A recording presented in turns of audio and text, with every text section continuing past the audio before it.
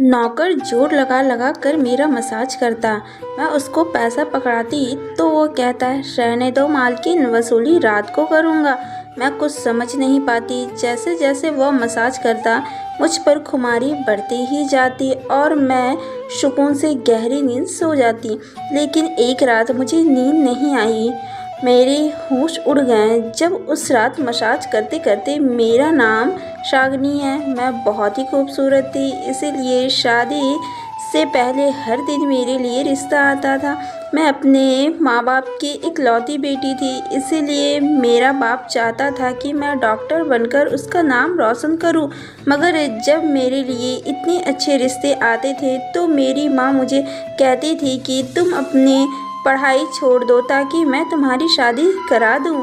मगर मैं अपनी माँ से कहती थी कि मुझे तो डॉक्टर बनना है। मगर यह सुनकर मेरी माँ को गुस्सा आ जाता था और वह कहती थी कि तुम अभी शादी कर लो या डॉक्टर की बाद में कर लेना। मगर मेरा बाप नहीं मानता था, इसीलिए मेरी माँ एक बुजुर्ग बाबा के पास गई और उनसे कही कि अपनी बेटी की शादी करना चाहती हूँ, मगर उसका बाप नहीं मान रहा। कोई ऐसा ताबीज़ दो कि उसका बाप शादी के लिए फ़ौरन मान जाए। उस बुज़ुर्ग ने मेरी माँ से 2000 रुपये लिए और ऐसा ताबीज़ दिया कि मेरा बाप मेरी शादी के लिए फ़ौरन मान गया। यह रिश्ता दरअसल मेरे बाप के दोस्त ने अपने बेटे के लिए मांगा था और कहा कि आपकी बेटी शादी के बाद भी डॉक्टर बन सकती है।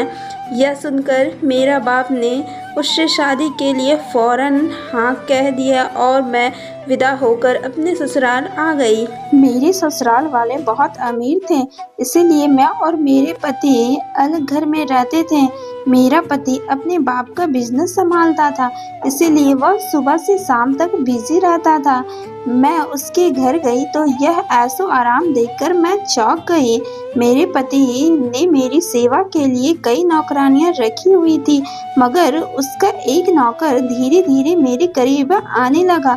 कुछ नौकर ने मुझसे कहा कि मैं यहाँ काफी सालों से काम कर रहा हूँ और आपके ससुराल वाले मुझे बिल्कुल घर के मेंबर की तरह ही समझते हैं। यह सुनकर मैंने भी उसे खास अहमियत देना शुरू कर दी।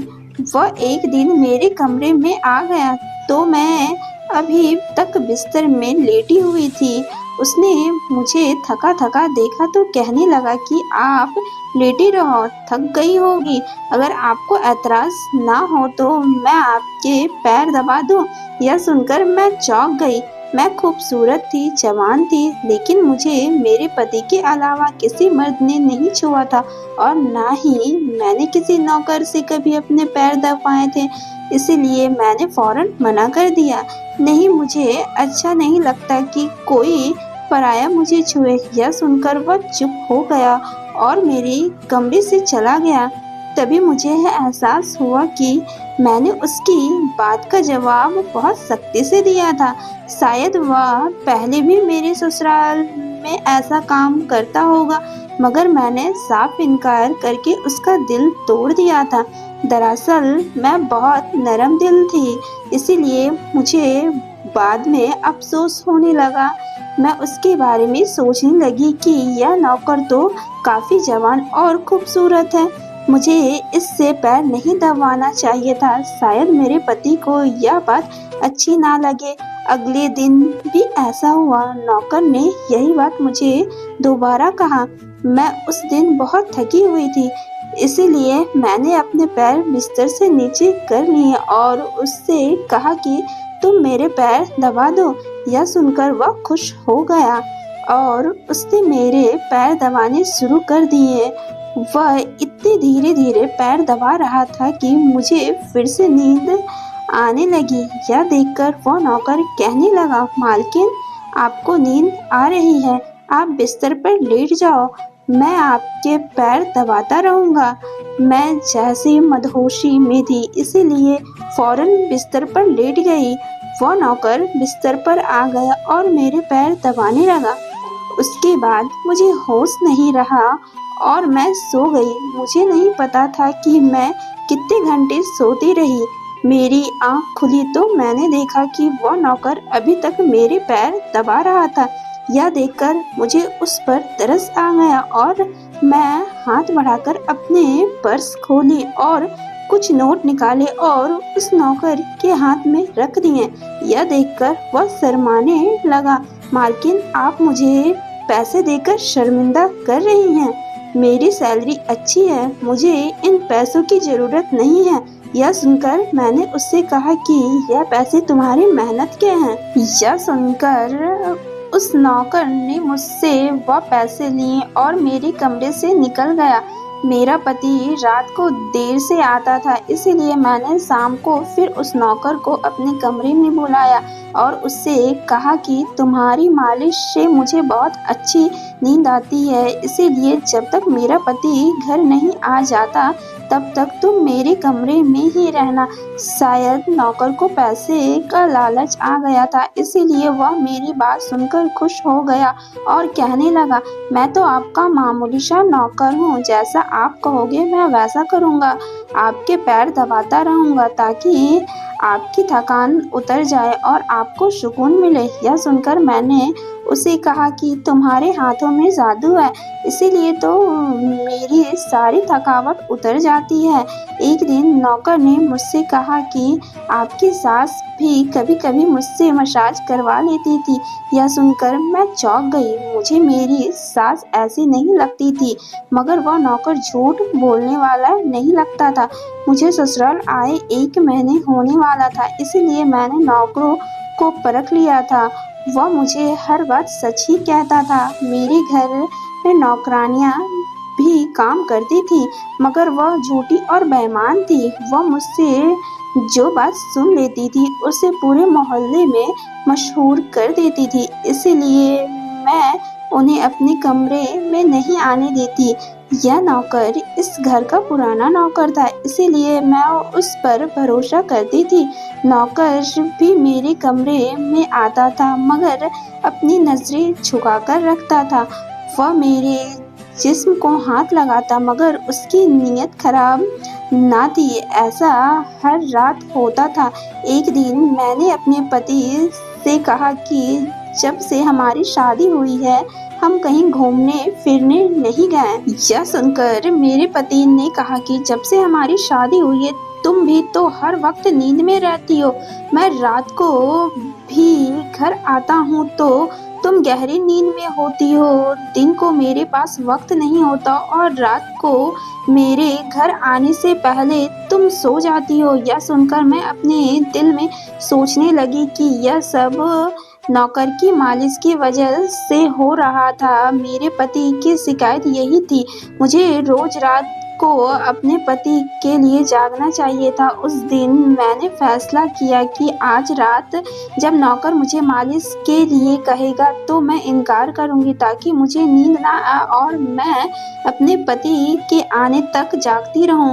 शाम हुई तो मैंने नहाकर खुद को खूब तैयार किया और दुल्हन बनकर बिस्तर पर बैठ गई। नौकर मेरे कमरे में आया तो उसने मुझे मालिश के लिए पूछा, मगर मैंने साफ इनकार कर दिया। मेरी बात सुनकर वह कुछ उदास हो गया और वापस चला गया।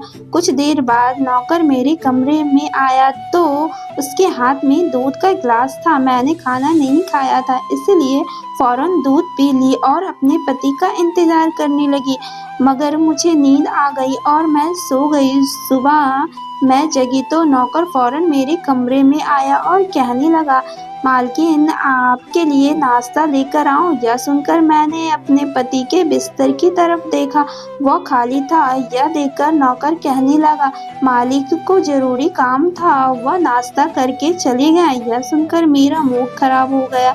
मैं रात भर उसका इंतजार करती रही, मगर वह सुबह होते ही ऑफिस चला गया। मैंने नौकर से कहा कि मेरे लिए चाय ले आओ। नौकर कमरे से बाहर निकल गया।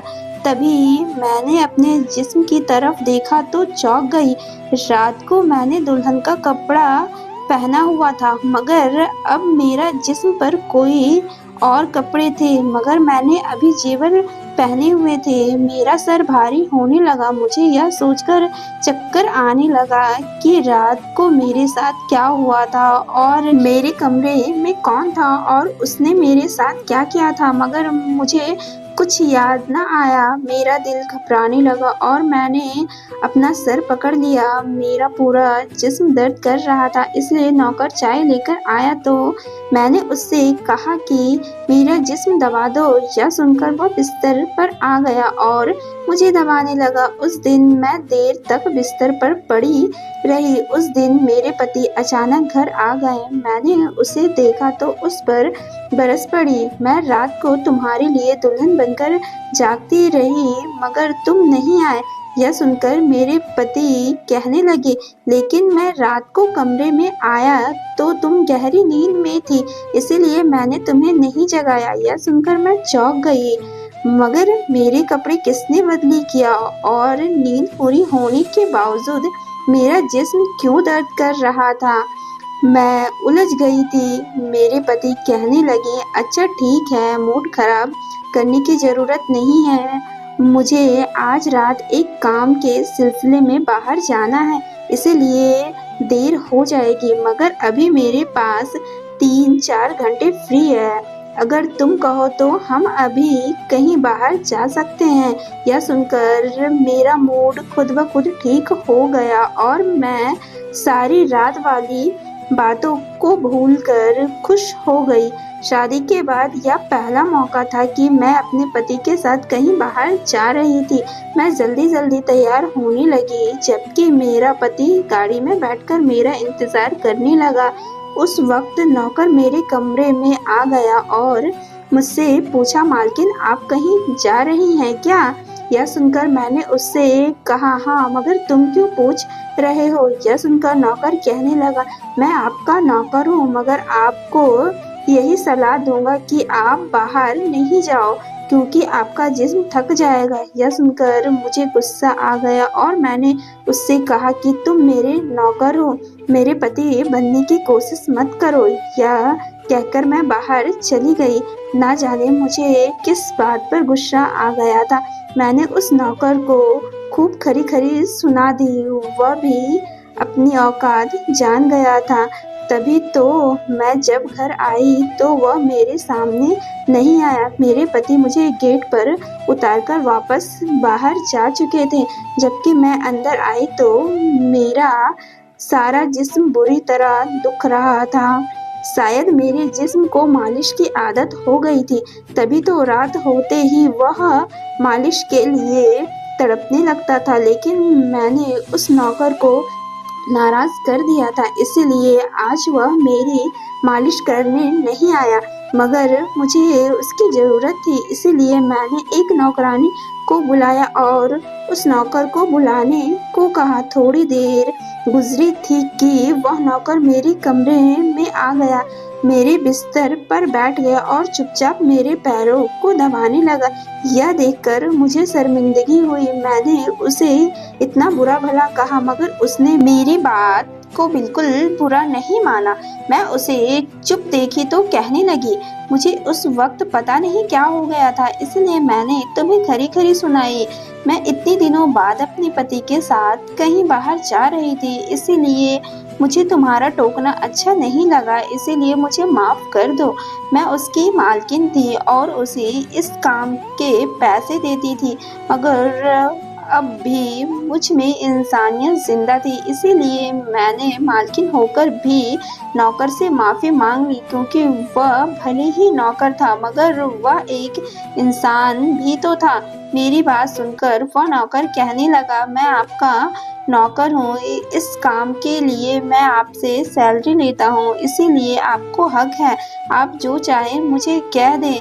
यह सुनकर मैं चुप हो गई, मगर मैं सोच ली कि आइंदा इससे ऐसा कुछ नहीं कहूँगी। वह उस वक्त देर तक मेरी मालिश करता रहा और फिर मुझे नींद आ गई। मुझे नहीं पता था कि नौकर मेरे कमरे से कब निकला और कब मेरे पति घर में आया। मैं सुबह उठी तो मेरा पति बाथरूम में था और बाहर जाने के लिए तैयार हो रहा था। मैं उसे हैरानी से देखने लगी। पता नहीं आजकल मुझे क्या होता जा रहा था। नौकर की मालिश से मुझे इतनी गहरी नींद आती कि मुझे किसी बात का होश ना रहता था। मुझे इस बात का भी पता नहीं चलता था कि मेरा पति कब कमरे में आता था। मैं सोचने लगी कि इस नौकर की मालिश में ऐसा क्या जादू था कि वह मेरे पति के आने से पहले ही मेरा मालिश करता, तो मैं अचानक गहरी नींद में सो जाती थी। सुबह जब मैं उठती तो मेरा सर भारी महसूस होता और मैं चलने फिरने के काबिल नहीं रहती। मगर यह बात मैंने अपने पति को नहीं बताई, क्योंकि मैं नहीं चाहती थी कि यह बात मेरे पति को पता चले कि मैं उस नौकर से मालिश करवाती थी। एक दिन मेरा पति दिन के वक्त घर पर ही था। मैंने नौकर से घर के सारे काम करवाए, अपने कमरे में नहीं आने दिया। नौकर भी घर के सारे काम करता रहा और मसाज वाली बात किसी के सामने अपने मुंह से नहीं निकाली। मैं भी चाहती थी कि यह बात किसी को पता ना चले। इस दौरान जब मेरा पति घर से बाहर जाता था, मैं उस नौकर को कमरे में बुला लेती थी। मगर एक दिन मेरा पति अचानक ही घर आ गया और मैं कमरे में थी। यह सुनकर मैं बहुत घबरा गई और सोचा कि पति के आने से पहले नौकर को भगा दूं। मगर यह नौकर भी बड़ा समझदार था। मेरे पति के आने से पहले दूसरे काम में लग गया और मेरे पति को कुछ पता नहीं चला। मैं मसाज घर की नौकरानियों से भी करवा सकती थी, मगर उस नौकर के हाथ में क्या जादू था कि मैं उसे रोज अपने कमरे में बुला लेती थी। मुझे पता नहीं क्या होता जा रहा था। जिस रात मैं नौकर से मसाज नहीं करवाती थी, उस रात मेरे पूरे जिस्म में दर्द हो जाता था। सुबह मैं जागती तो मेरा सर भारी हो जाता था और मुझे थकान भी हो जाती थी। एक रात मैंने नौकर से मालिश करवाई और गहरी नींद सो गई। सुबह मेरी आँख खुली तो फिर से मेरे कपड़े चेंज हो चुके थे। यह क्या माजरा था? ऐसा कौन करता था? क्या मेरे पति मेरे साथ ऐसा कर रहा था? मैं सोच में पड़ गई। मैंने शीशे के सामने जाकर देखा तो चौंक गई। मेरे पूरे जिस्म पर लाल निशान पड़ गए थे। यह कैसा निशान था? मैं अपने जिस्म पर हाथ फेरने लगी। मैं जैसे उस निशान को मिटाना चाहती थी, मगर ऐसा ना हुआ। अगले दिन फिर मैंने अपने जिस्म को देखा कि निशान खत्म होने के वजह फैलने लगा था। मैं घबरा गई। तभी मेरे कमरे में नौकर आ गया और उसने मुझे मालिश को कहा। मैं उस निशान को छिपाना चाहती थी, इसीलिए उसे कहा कि आज तुम सिर्फ मेरे पैर दबा दो। उसने मुझसे कुछ नहीं पूछा, मगर मैं अंदर ही अंदर डर रही थी। किसी दिन मेरे पति ने यह निशान देख लिया तो मैं उसे क्या जवाब दूंगी? मैं यह सोच सोच कर थक चुकी थी, इसीलिए मैंने तकिए पर पैर रख दिए। नौकर मेरा मसाज करने लगा। मेरी आंखें नींद से बंद होने लगी थी। तभी मुझे नौकर ने ऐसी बात कह दी जिसे सुनकर मेरे होश उड़ गए। उसने मुझसे कहा, मालकिन आप मुझे बहुत अच्छी लगती हो। मेरी आंखें बोझल होने लगी थी। मुझे उसकी बात समझ नहीं आई और फिर मैं गहरी नींद सो गई। सुबह मेरी आँख खुली तो मेरा पति भी बिस्तर में लेटा हुआ था। मेरा सर भारी हो रहा था और जिस्म दर्द से टूट रहा था, मगर उसके बावजूद मैं अपने पति के करीब गई और उसे धीरे से उस निशान के बारे में बता दिया। मैंने सोचा कि यह निशान बढ़े रहे थे, इसीलिए मुझे यह बात अपने पति को बता देनी चाहिए। यह सोचकर मेरे पति ने मेरे जिस्म से कपड़ा हटाया तो वह उछल पड़ा। वह मुझसे दूर हो गया और कहने लगा, तुमने मुझे धोखा दिया है, बेवफाई की है और तुम्हें उसी की सजा मिली है। यह कोई बीमारी नहीं बल्कि तुम्हारा गुनाह है। मुझ में क्या कमी थी जो तुम्हें दूसरा मर्द तलाश कर लिया। मैं काम में बिजी था, मर तो नहीं गया था कि तुमने एक और चक्कर चला लिया। यह सुनकर मैं हक्का बक्का रह गई। मैंने उससे कहा कि वह आप कैसी बातें कर रहे हैं, मैं बेकसूर हूँ। मगर मेरे पति हंसने लगे और कहा कि यह निशान बता रहे हैं कि तुम गुनहगार हो, इसलिए मेरे घर से निकल जाओ, मैं तुम्हें तलाक के पेपर भेज दूंगा। उसने मुझे धक्के मार मार कर निकाल दिया। मैं रोते हुए अपने माँ बाप के घर आ गई और उन्हें अपनी बेगुनाही की यकीन दिलाया। वह मेरे अपने थे, इसलिए उन्होंने यकीन कर लिया। उन्होंने कहा कि वह मेरे पति से बात करने जाएंगे, मगर उनके जाने से पहले ही तलाक के कागज आ गए और मेरी हंसती मुस्कुराती दुनिया उजड़ गई। मैं इसका जिम्मेदार किसको ठहराती? कोई भी तो नहीं था। मैं कई दिनों तक रोती रही और मैं बिस्तर पकड़ ली। मुझे ऐसा लगने लगा था कि जैसे मैं मरने वाली थी। एक दिन मेरी माँ मेरे कमरे में आई और कहने लगी कि तुमसे कोई मिलने आया है। मैं भाग कर गई कि शायद मेरे पति आए हों, उसे मेरी बेगुनाही का एहसास हो गया हो। मगर वहाँ मेरा पति नहीं था, बल्कि वही नौकर था जो उसके घर काम करता था। मैंने उसे आने का कारण पूछा तो वह कहने लगा, मैं आपके उन निशानों के बारे में जानता हूँ। यह सुनकर मैं चौंक गई। और यह निशान क्यों थे?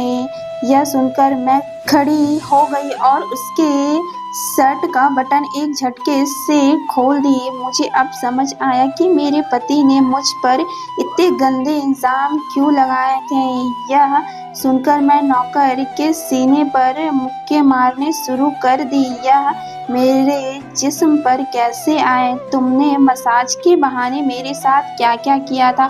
मुझे सच सच बताओ। यह सुनकर नौकर ने मेरे दोनों हाथ पकड़ लिए और कहने लगा, मेरा नाम विवेक है और मैं तुम्हारे साथ यूनिवर्सिटी में पढ़ता था, मगर मुझे तुमसे प्यार हो गया। मैं भी डॉक्टर बनना चाहता था और मैंने सोचा था कि जब हम दोनों डॉक्टर बन जाएंगे तो मैं तुम्हारे बाप से तुम्हारा हाथ मांग लूँगा। मगर एक दिन तुम्हारी सहेली की ज़ुबानी मुझे पता चला कि तुम्हारी माँ तुम्हारी शादी जल्द करना चाहती है, इसीलिए मैं डर कर तुम्हारे घर रिश्ता भेजा। मगर तुम्हारे बाप ने इनकार कर दिया और कहा कि मैं अपनी बेटी की शादी तब करूँगा जब वो डॉक्टर बन जाएगी।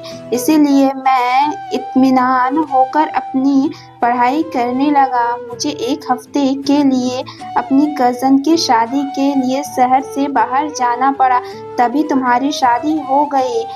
वह यह सब मुझसे कह रहा था और मैं बेयकीनी से उसे देख रही थी। मैं वापस आया तो मेरी मोहब्बत किसी और की दुल्हन बन चुकी थी और मैं तुम्हारे प्यार और दीवानगी में तुम्हारे ही घर का नौकर बन गया ताकि मैं तुम्हारे करीब रह सकूं। मैं तुम्हारे करीब आना चाहता था, इसीलिए मसाज के बहाने तुम्हारे कमरे में आ जाता था और रात को तुम्हारे दूध में बेहोशी का दवा मिला देता था ताकि तुम सोती रहो और तुम्हारा पति तुम्हारे करीब ना आ सके, क्योंकि तुम मेरी थी। मैं तुम्हें किसी और के करीब नहीं देख सकता था। यह सुनकर मैं हक्का बक्का रह गई। क्या तुमने मेरे साथ कभी कुछ गलत किया? यह सुनकर उसने मेरा हाथ सर पर रख लिया और कहा, मैं तुमसे प्यार करता था, इसीलिए तुम्हारे इजाज़त के बगैर मैं तुम्हारे साथ कुछ नहीं करना चाहता था। यह सुनकर मैंने उस निशान की तरफ इशारा किया जो हम दोनों के जिस्म पर थे। यह सुनकर वह हंस दिया और कहा कि मैं डॉक्टर हूँ और यह सिर्फ इन्फेक्शन है। यह मैंने इसीलिए किया ताकि तुम्हारे पति को हम दोनों के ऊपर शक हो जाए।